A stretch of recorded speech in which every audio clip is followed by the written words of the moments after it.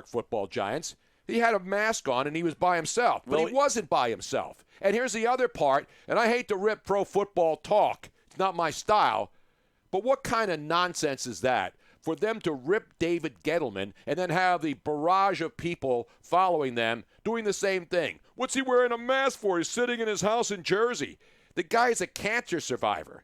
His immune system is incredibly compromised. And he had an IT guy sitting in there helping him, and he was thinking of the other guy's health and his health. Yeah, I didn't rip him. I put it on a tee for Giants fans to rip him.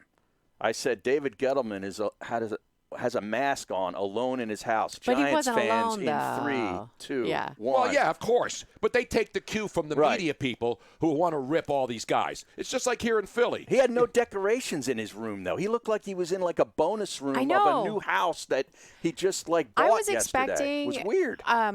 To feel like, because we were talking about how great our little studio is down here, but we were thinking, okay, whatever they have must be like 10 times better, His right? place didn't look lived in. Yeah. You know what I mean? I felt he really probably good. rent. You don't buy. In New York, you can't afford to buy. A couple more draft picks like last night, he will be out. And, even when you go across the river into Jersey, in like Hoboken, it's still expensive as hell. Sure. Now, So he's probably renting. Now, Cliff Kingsbury, is he buying or renting? Do you rent that kind of a joint? You got to buy there, right, in Scottsdale? That place looked like something that a porno crew would rent for a weekend. I mean, that was unbelievable. It was definitely movie quality. And he's single, too, right? Oh, yeah. You want to talk about the chicks descending upon that area. Because Arizona made some good picks. Obviously, the Miami Dolphins. Simmons fell right into Arizona's lap. Exactly. Yeah. Now, Tony Bruno. Yes. Speaking of being comfortable in the wherever you are broadcasting from. Yes. People are commenting on your I know, my robe. Garderobe. Well, I got this. It says Sopranos on there. I thought you didn't like the Sopranos. I don't. You know who gave this to me? Who? Chris Morales out in Los Angeles. Oh, yes. Because he was a Sopranos fan. Yeah. And we worked together. So one Christmas, he bought me a Sopranos white robe. Wasn't he in the Sopranos? Yeah, he thinks he's in the Sopranos. He's like a lot of other Italian guys and guys who think they're cool. They dress up. They slick their hair back. Grease balls like that. And they all think, oh, yeah, man, Sopranos. See, now you can say that. Yeah, because I'm a grease ball, too. Right. Except I'm not a big Soprano fan because I despise mob movies. And I always have. Enough about that. But you're wearing that robe specifically for a reason. Am I looking for an endorsement from the Sopranos new movie? I'm not promoting the reboot. Or Old Spice. Yeah, you saw it last night. Everybody was talking about it. It was one dude sitting at home. You remember that, Harry? Yeah. And he had a robe. He had a robe. Yeah. Specifically a white robe. Yeah, the same exact robe, except he had Old Spice on. Right. Because we were all talking about what are the players going to be wearing? What are the coaches going to be wearing? How is the attire going to be? Most of them were very casual. Sweats. They all had headphones on. Right. And so the women were all dolled up, which was nice. And then Roger Goodell. And by the way, it's not my style to rip the commissioner of the National Hockey League. Well, yeah, him too. Yeah. He's the Although he might have had a better looking crib. So you notice I was right. Remember we were taking prop bets on what would Goodell wear in his own basement up in New York? Yeah. He came out, no tie, open shirt. Yeah. But he had his sport coat on. And then you notice he did a wardrobe change like Cher. And then all of a sudden he's wearing a pullover sweater over his open shirt. Right. Ditched the jacket, went casual. But I got to say it. This guy makes a lot of money, Harry. I thought he was the shakiest of anything last night. He looked like he was high, first of all. And again, am I saying I could? Yeah, I could have done it. I'm going to say it. I could have done that draft better than Roger Goodell, and I would have done it for $500. Right. For $500? No, I would have to get more. Would you have gone to Bronxville, New York, though? I would have done it from here. Yeah. Oh, yeah? I could have done it from here. And, oh, by the way, everybody's talking, what kind of basement do you think Roger Goodell has? Didn't look that fancy. No. Our basement, I bet, and people say he probably has wine collections. Yeah. I don't know whatever he did. Well, our basement wine cellar studio blows away Roger Goodell's man cave, whatever the hell that thing's called. But my thought is that his main crib is in Manhattan, and he probably has a fat pad in Manhattan. That's up in Westchester County where he was last night. That's where he lives. I know, but he probably has another place in Manhattan. You think so? Oh, yeah. The guy makes $40-some million a year. You're going to have an apartment in Manhattan, and it's going to be fat. You're going to live wherever the hell you want. Exactly. You're going to have multiple places. Yeah, I mean, I'm telling you, that was the biggest disappointment. I thought The virtual stuff, I thought Trey Wingo and everybody involved did a good job. When you consider all the electronic stuff that had to go on. Speaking of Trey Wingo, though. Yes. Yeah. Except his nose. What was going on? With his nose? I don't know. I thought he had the COVID or something. I looked up to see if there was anything on social media. No snot or anything. No, it was just bright red. It was. It looked like when I got hit with a basketball in high school, and I broke my nose, and all it the was blood like vessels in there. Yeah. And it was just sort of. It was a little bit swollen, and it was totally red. It looked like he just got whopped in the face. Yeah, I'll have to find out from Mike Golick because something. Yeah. Again, the guy does a great job. He did a good job. Although the Mafia, he had the Mafia jacket on. Was he trying to outdo Michael Irvin? Nobody outdresses Michael Irvin on draft night. Where was the violin case? I mean, those stripes were wide. They were far apart, man. Now, Sopranos, yes. Yeah. But, hey, listen. Who am I? I'm just another schmuck sitting at home watching this. You know what I'm saying? I thought it was good. No, I thought it came off a lot better than I thought agree. it would. Yeah. I like the fact that the families were at home. I did too. I thought that was cool. Yeah. Because then you can go and then and every single player had people that had a camera in their room. And I thought that was well done. I want to see the reactions. Although it seemed like the players were finding out after we found out. Did you notice?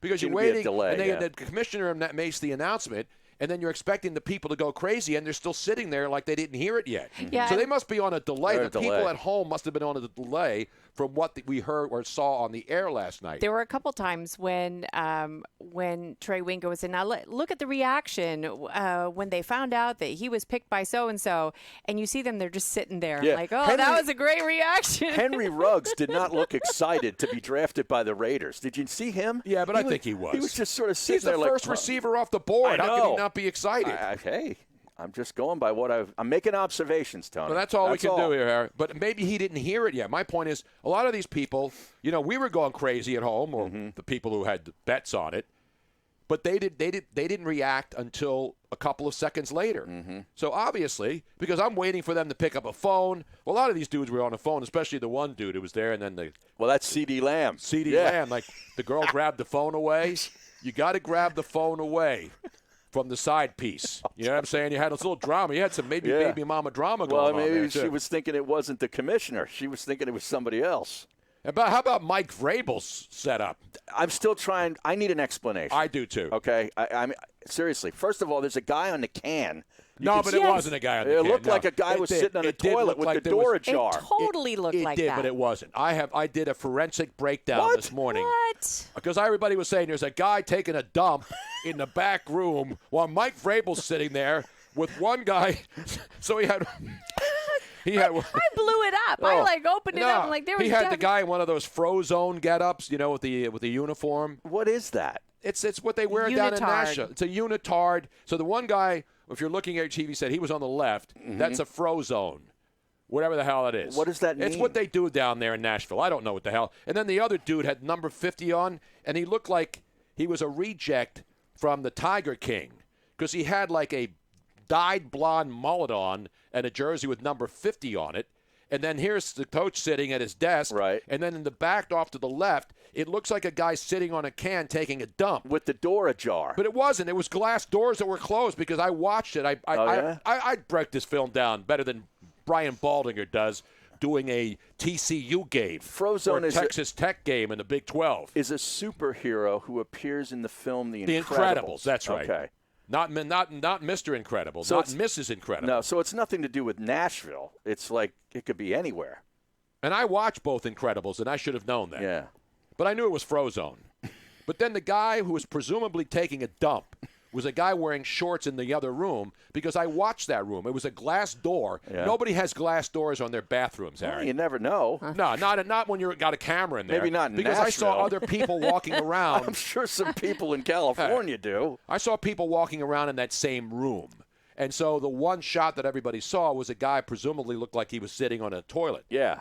Because he was wearing shorts. He was dressed. Yeah, it looks like he was reading on the toilet. Right now I'm debunking the rumor that in Nashville, Tennessee, a guy was taking a dump.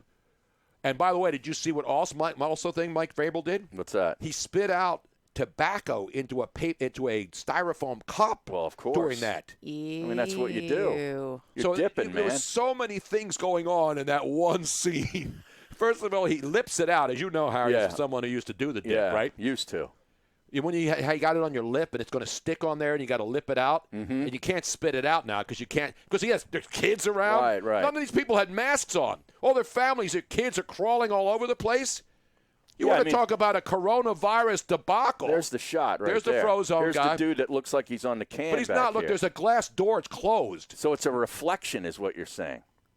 I think it's a reflection coming from in here. Yeah, it's somebody in behind. And there were way too many people in there. And people rip us because we have 5 people in our studio. Right. These people had like 50 people in some of these homes. It's a good thing I'm not one of these self-righteous jerks who would have called the cops and had those places raided. But Matt Grover, FTF, says, Cliff Kingsbury's house proves that he and Ryan Gosling are the same person. Yeah, no kidding. That's a good That's the good kind point. of house Ryan Gosling would have. Yeah. Right? How can he be there alone without chicks all over that place? Well, Holly Saunders used to hang there. Now she's with Vegas Dave. I know. It's an outrage. I don't get it, Harry. I don't either. I don't get it. Dolphins, Green Bay Packers, the Cowboys, the Eagles. We got a lot of stuff to talk about. And it was an offensive tackle kind of night last night, Harry. We'll break it down. I'm saying you're wrong, Tony. That person is not on a toilet, Robin. That is a reflection off of glass. That is a glass hutch, and that is a reflection. Yeah, the person isn't behind the woman who's sitting on the little. No, she's not. He's like over here. He's like in front of him, and that is a reflection. And he didn't. And those are shorts around his ankles. That's what I thought. He doesn't know that he's being reflected. Exactly. In other words, why would there be a toilet in the middle of a living room? Hey man, it's not. It's like in a powder down room. the hallway a little bit, around the corner. We got a break here. I have to go back and watch it again in slow motion. I got a Zapruder film this. He does what you do when you're watching a game and you don't want to miss a play. You got to go to the bathroom. You leave the door open. He's on the phone and he's not taking a dump. I stand by that. 215-462-TONY is the toll-free number. 215-462-8669. We're coming right back.